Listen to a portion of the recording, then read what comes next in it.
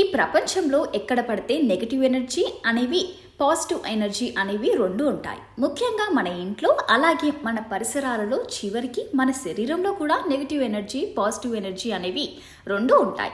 Positive energy అనేది negative energy అనేది మనం కళ్ళతో చూడలేం, కానీ వాటి వల్ల ఎన్నో రకాల చికాకులు అలాగే ఎన్నో రకాల సమస్యలతో బాధపడుతూ ఉంటాం. ఇంట్లో నెగటివ్ ఎనర్జీ ఉన్నప్పుడు మనకి ఏ విషయంలోనూ కలిసి రాదు, అన్నిటిలోనూ మనకు వ్యతిరేకంగా పనులు జరుగుతూ ఉంటాయి. ఈ సమస్యకు పరిష్కారం ఒకటే మార్గం. నెగటివ్ ఎనర్జీ అనేది మన ఇంట్లో నుంచి బయటికి పంపించి పాజిటివ్ ఎనర్జీని ఆహ్వానించడం చేయాలి. ఇప్పుడు నెగటివ్ ఎనర్జీ ఎలా తొలగించుకోవాలో చూద్దాం.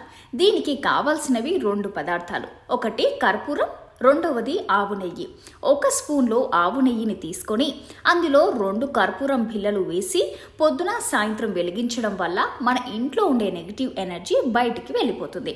అంతేకాదు, భార్యాభర్తలకు అప్పుడప్పుడు మనస్పర్ధాలు వస్తుంటే అలా వచ్చినప్పుడు 2 కర్పూరం బిళ్ళలు దిండు కింద పెట్టుకున్నట్లయితే నెగటివ్ ఎనర్జీ పోతుంది. పొద్దున లేచి స్నానం చేసిన తర్వాత 2 కర్పూరం బిళ్ళలు పడక గదిలో వెలిగించినట్లయితే భార్యాభర్తల మధ్య సంఖ్యత ఏర్పడుతుంది.